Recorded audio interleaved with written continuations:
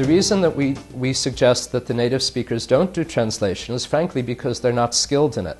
They're not trained. They're trained as engineers or salespeople or marketeers.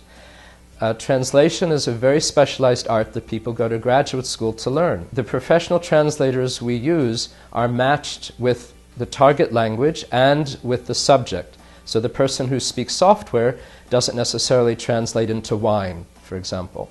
We had a client for whom we did a series of Spanish brochures and layouts, and the client went to press and sent the brochures to Mexico. The Mexican distributor rejected it, saying it was absolutely horrible.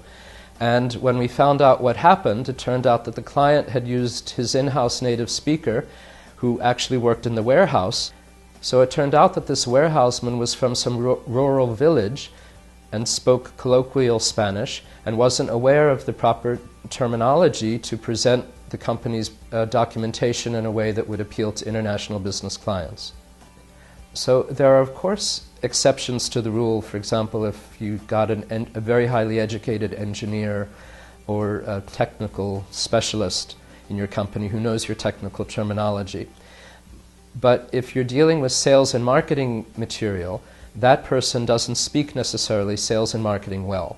In our 22 years of experience, we've seen many cases where the native speaker will add or change or delete or rewrite what you've presented in your English documentation for us to translate.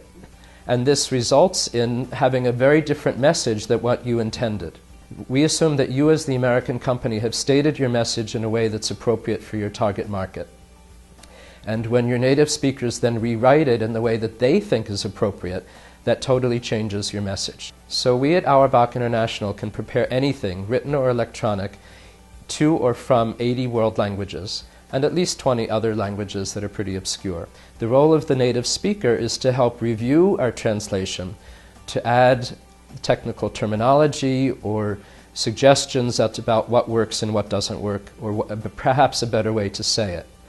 And we then ask for that critique, that review, to come back to us so that we can then evaluate whether it's accurate, whether the spelling is correct, whether there have been any additions or deletions or rewrites of your message, and advise you accordingly. We're more than willing to use the edits that your native speaker suggests, but we want you to be aware of what they are to make sure that they resonate with the message you want to convey.